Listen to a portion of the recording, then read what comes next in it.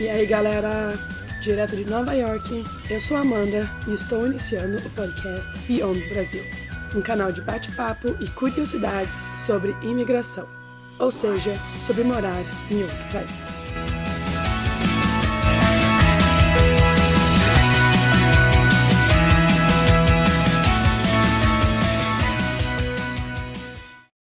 Hoje, nesse episódio de número 8, tenho a honra de ter como convidada uma amiga de muitos anos, que além de ter migrado para a Inglaterra, já teve a experiência de fazer intercâmbio nos Estados Unidos. Então, ela tem muitas experiências diferentes para compartilhar com a gente. Seja bem-vinda, Luna.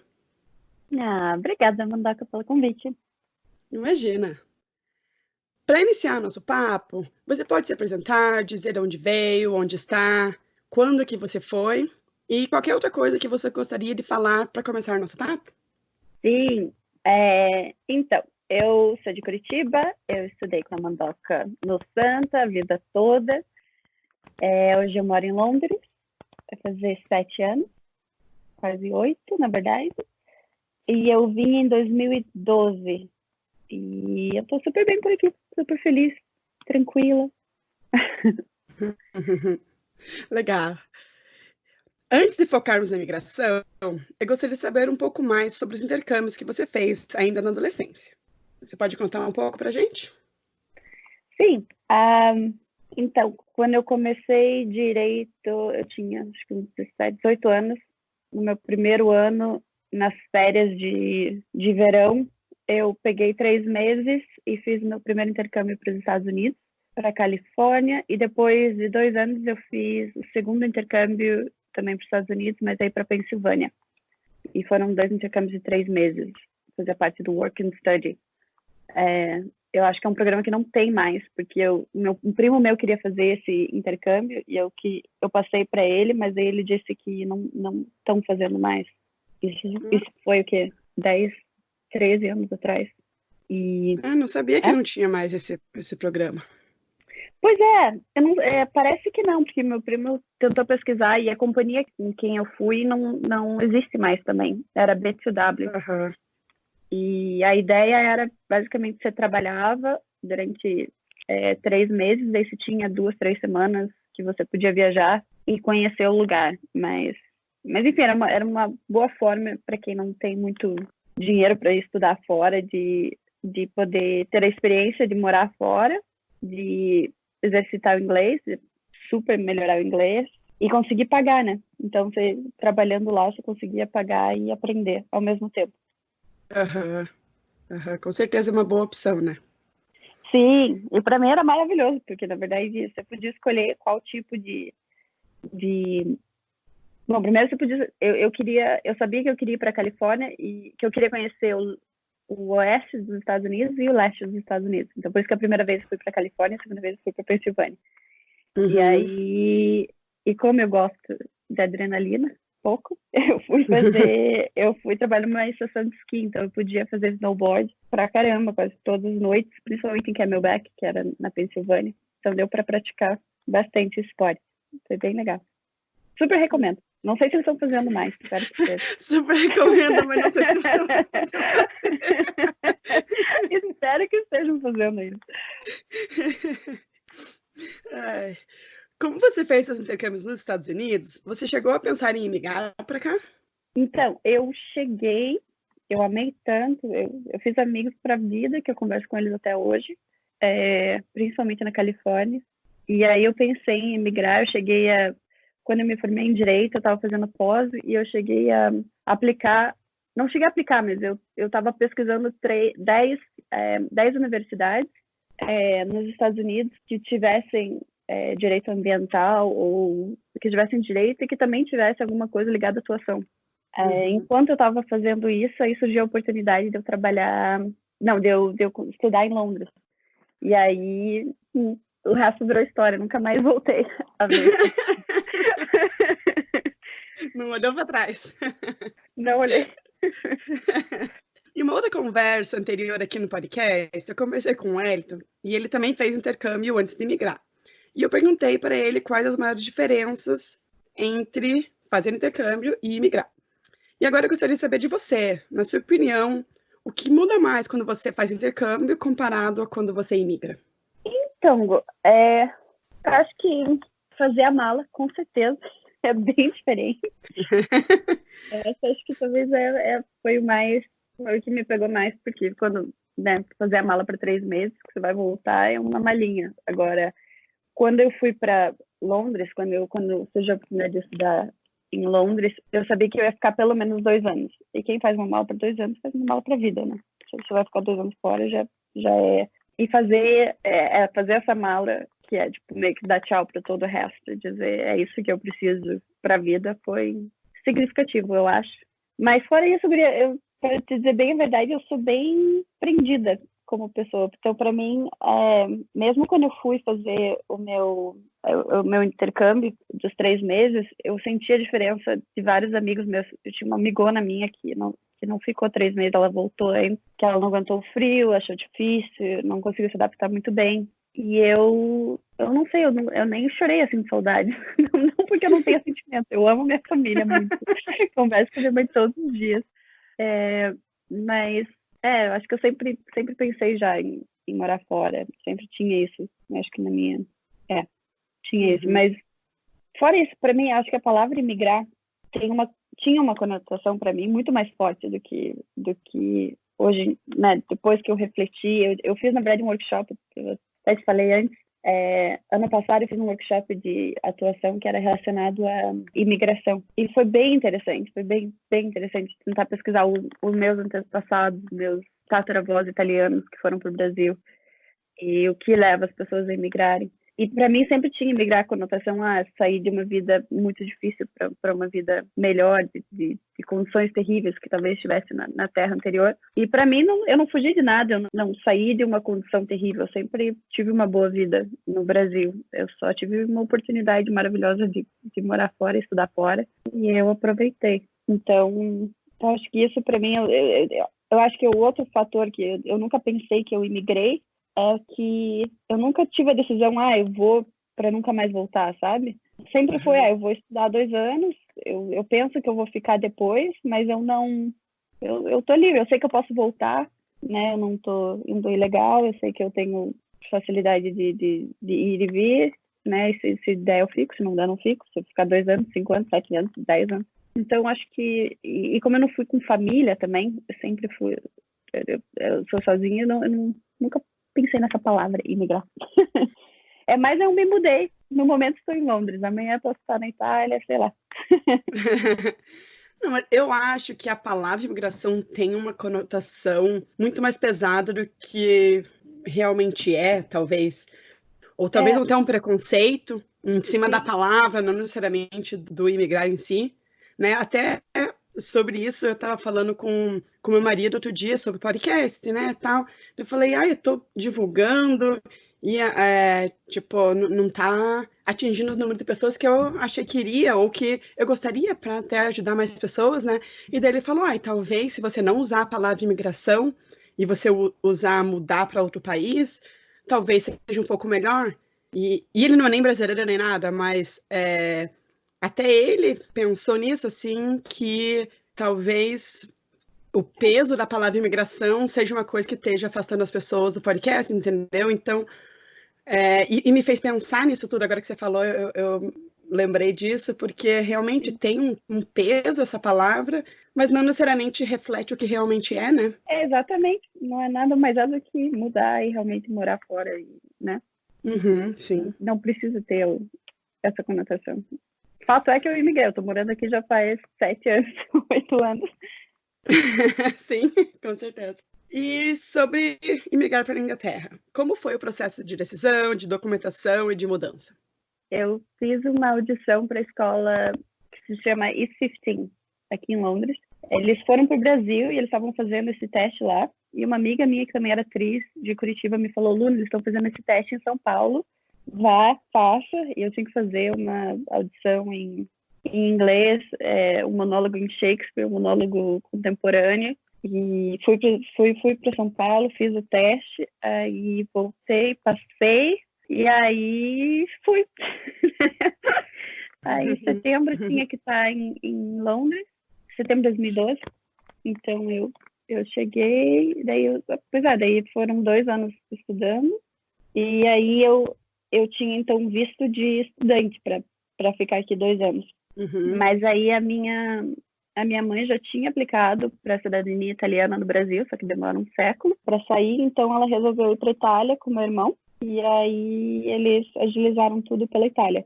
E aí eu fui de Londres para a Itália algumas vezes para só acertar os detalhes, e aí em 1 ano e pouco que eu estava em Londres já tinha saído a minha cidadania, então foi tranquilo. Ah, que bom. Sim, deu tudo certo, tudo. Coisas vão acontecendo. É bom quando acontece natural, assim, né? Eu fui bem, olha, eu queria, por Deus, sério, eu sempre sonhei em morar fora, em estudar fora, e eu nunca sabia como, não sabia como que o dinheiro ia surgir, né, nunca fui rica ou com, né, sempre foi sofrido, mas dava, né? E tudo foi acontecendo, sabe, quando eu já sabia que isso ia acontecer, mas como que ia acontecer, eu deixava pro universo conspirar. E sempre conspirou, sempre deu certo, sempre surgiu. E graças a Deus minha mãe também sempre deu suporte, né? De me ajudar, de saber. Ela sempre soube também o que eu queria, então ela de vir para Itália, de tentar resolver tudo por aqui para sair antes, foi maravilhoso. Com certeza ter apoio, assim, o suporte ajuda muito, né? Nossa, ajuda pra caramba, com certeza. Você chegou a ir para Londres antes de se mudar?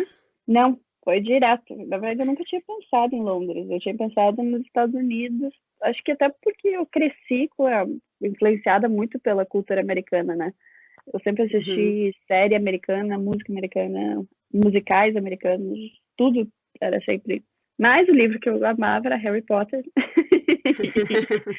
E é inglês, né? J.K. Rowling. E quando surgiu a oportunidade, eu falei, cara, como que eu nunca pensei, tipo, o Shakespeare, teatro e o quanto eu posso aprender lá, e desde que eu vim, eu me apaixonei, foi amor à primeira vista. Não consigo pensar em outro lugar mais perfeito que eu podia ter escolhido. Ah, que bom que no fim deu certo, né? Sim. E como que foi a sua adaptação em Londres? Bom, o clima é igual de Curitiba, né? Então, os ingleses não acreditam, né, quando eu falo, sabe? Se é brasileira, como assim o clima é igual? Não, eu sou de Curitiba, veja bem. Não é. É diferente, né? É diferente, o tempo é cinza, chove pra caramba, é tudo igual. Mas eu dividi a casa por 1 ano com uma amiga carioca. E o nosso guarda-roupa era o oposto. O dela era cheio de vestido, o meu de bota e casaco. Sério, não parecia que a gente era do mesmo país. Mas eu acho que ela teve uma dificuldade um pouco maior de adaptação do que eu, em termos de tempo. Mas para mim o que pegou mesmo em adaptação foi o inverno e a falta de sol, porque o inverno é pesado no sentido de você só tem sol até... Você tem sol num período muito curto de tempo, porque no Brasil hoje não vê muito isso, né? É sempre abençoado, sempre, né? Das 7 da manhã até as 6 da noite, né? Sempre ou 7 da noite. Mas aqui no inverno, 4 horas tá noite, tá escuro. E passar 4 meses ou 3 meses no inverno que você não vê, se você tá trabalhando, você sai no escuro, volta no escuro, sem pensar inconscientemente, o teu corpo começa a reagir. Eu comecei a achar bem mais difícil de levantar da cama para ir para o trabalho, de ter estímulo, de ter energia, e eu não estava entendendo o que estava acontecendo. Eu nunca tive depressão, e eu não estava sabendo o que estava acontecendo, o que tinha. E daí depois eu descobri que isso era bem comum.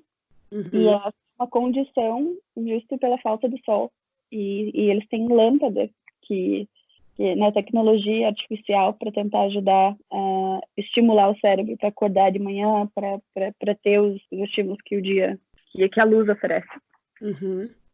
Então, com certeza essa é uma diferença grande que eu também sinto aqui do inverno longo e mais pesado, mesmo em Curitiba, a gente tendo o inverno tendo frio, aqui é mais longo e é um frio mais frio. Só que é verdade. Nova York, cara, o vento de Nova York, pelo amor de Deus. Mas em Curitiba, eu acho que às vezes você sente mais frio porque você não tem a infraestrutura que nem as casas aqui tem, né? Então, aqui em casa, eu vou ficar de blusinha no inverno, só vai nossa, vou super me vestir para sair, mas chego no trabalho já tiro tudo, porque todos os lugares têm calefação. E em Curitiba eu começo com os meus pais no inverno, então eles lá com a boininha, casaco, cachecol, conversando comigo dentro de casa. Sim, isso é verdade, isso é verdade. Mas eu acho que, assim, por mais que, com certeza, é mais tranquilo de ficar em casa aqui no inverno, mas isso de ser um período longo e às vezes você acaba só ficando em casa, você não quer fazer nada. Teve invernos, assim, que às vezes eu queria sair, eu queria fazer alguma coisa, eu saía, 5 minutos depois eu queria voltar para casa, porque tava tudo doendo, mesmo com luva, mesmo com gorro e tudo. Dói, um frio que dói, então você acaba ficando muito fechado em casa, né? É verdade. Isso pegou um pouco. E eu acho que eu só fui sentir de verdade no meu terceiro inverno. Que o primeiro não senti de verdade, o segundo foi leve, o terceiro eu falei, nossa. Aí agora que eu tento fazer, pelo menos uma vez no inverno, sair e ir para algum país, pelo menos uma semana, um país que seja mais leve para quebrar um pouco a escuridão. A escuridão. É uma boa opção, com certeza uma boa opção. É uma boa dica. Fica a dica aí, galera. Fica aí. Você já era fluente no inglês devido ao seu intercâmbio nos Estados Unidos. Mas como foi se adaptar ao inglês britânico? Você achou muito diferente? Como eu vim para estudar atuação, uma das matérias que eu tinha na universidade era sotaque. Então, eu não só aprendi o inglês britânico, mas eu tive que treinar o ouvido para entender outros diferentes sotaques de cada região daqui, porque aqui é que nem é que nem Europa, sabe? Você vai de um país para o outro e muda completamente a língua. Só que aqui, se você vai 3 quilômetros para leste, tem um sotaque, 3 quilômetros para oeste, tem um outro sotaque, e eles são bem específicos no tipo de sotaque. E eu acho que tem vogais e consoantes que a gente não usa no português. E para treinar o ouvido, para entender essa diferença, que às vezes, por exemplo, é uma longa vogal. A gente não tem longas vogais no português, né? Tipo, quando você fala sheep or ship, né? Pra gente é tipo sheep. Né? Verdade. Nunca soube a diferença sheep e ship. E você vai começando a perceber as nuances de cada sotaque e de cada estilo. Eu ainda não tô longe de saber a diferença. Ainda confundo o inglês do norte da Irlanda com o escocês, ou às vezes... Mas agora eu consigo saber bastante a diferença de outros tipos de sotaque que são mais característicos. Então acho que a atuação me ajudou pra caramba a melhorar o meu ouvido para isso. E também eu fiquei bem apaixonada com isso, porque me fascinou esse uso da língua. Para eles é bem diferente. Por exemplo, aqui na Inglaterra, o sotaque pode determinar muita classe da pessoa. Então você tem o inglês RP, que é o inglês da rainha, ou é o inglês que é falado pela BBC. E você tem o inglês Cockney, que é o inglês mais de Londres, que é mais da classe média.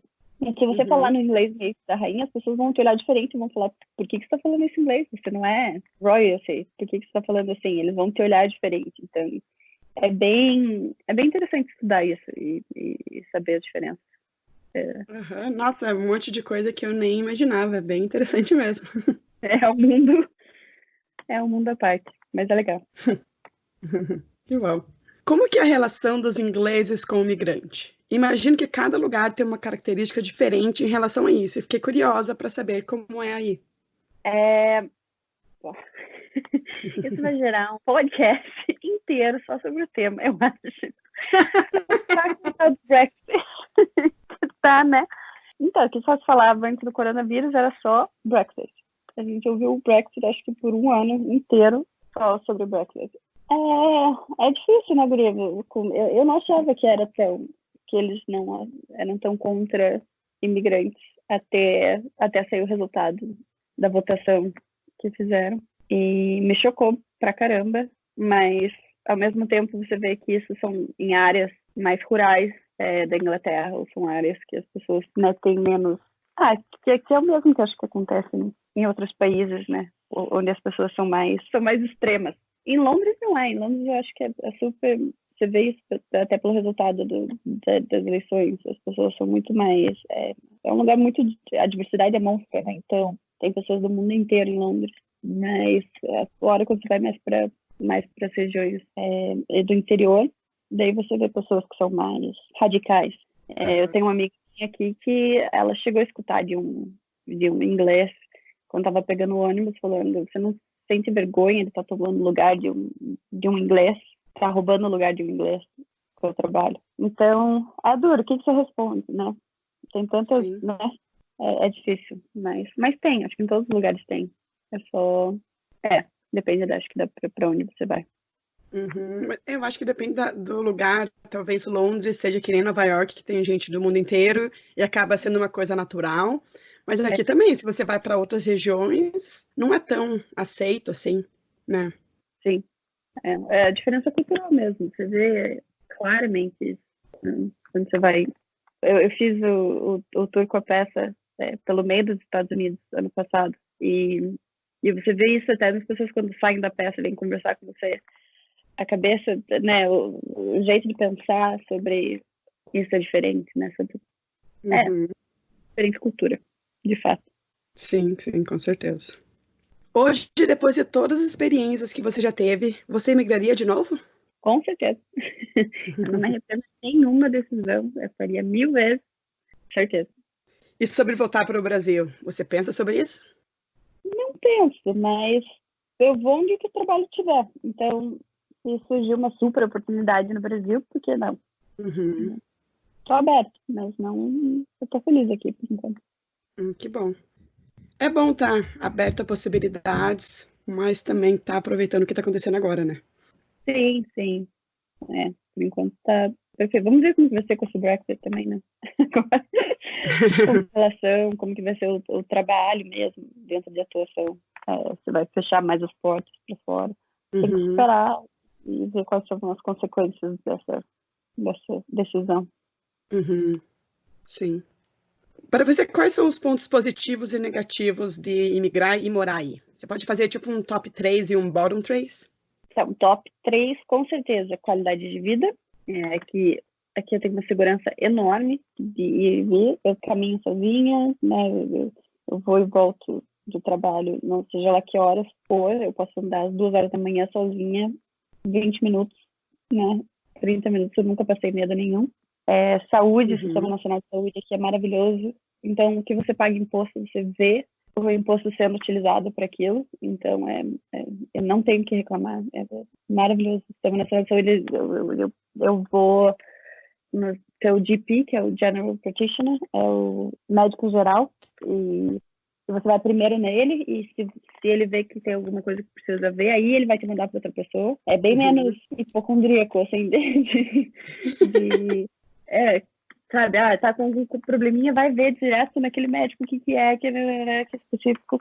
Você vai bem menos no médico, mas quando ele vê, ele já anota tudo. Então, eles têm o teu registro para todas as coisas que você já foi antes. Então, a qualidade de vida, com certeza, é um. A diversidade cultural, com certeza. Eu amo isso em Londres, é fascinante. E eu, como sendo atriz, o tanto de peças internacionais que vêm para cá, tudo vem para cá. Tudo que vai para o mundo passa por aqui. Então, eu estou no lugar certo para estudar, para aprender, para dividir e para... É o lugar.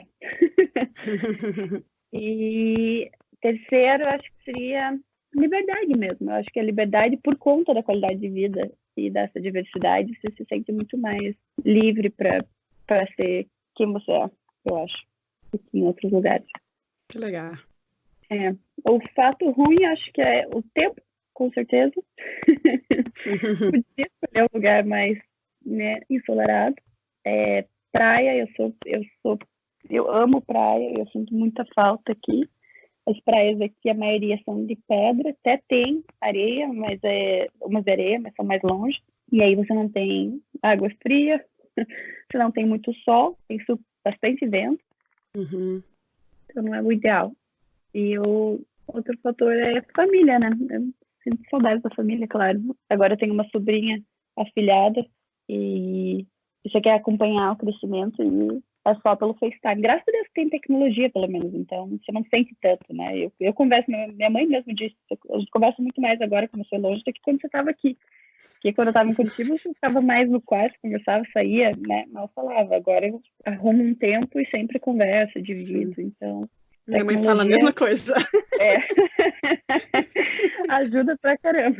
Com certeza. É verdade. É verdade mesmo. Adorei nosso papo. Obrigada, Luna, por abrir sua vida para todos nós. Acho que essa é uma ótima oportunidade para quem já morou fora do Brasil se identificar com todas essas situações e também para quem pensa em morar em outro país poder ter acesso a informações e experiências que nem sempre são acessíveis.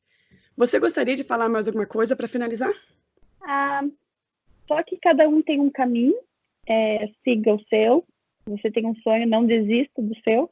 Não precisa saber como as coisas vão acontecer. Acredita que elas vão acontecer, e elas vão acontecer. E viaje muito, muito, muito. Esse mundão é maravilhoso. Tem tanto pra gente aprender com ele. Acho que é isso. Isso é verdade. Legal. Obrigada.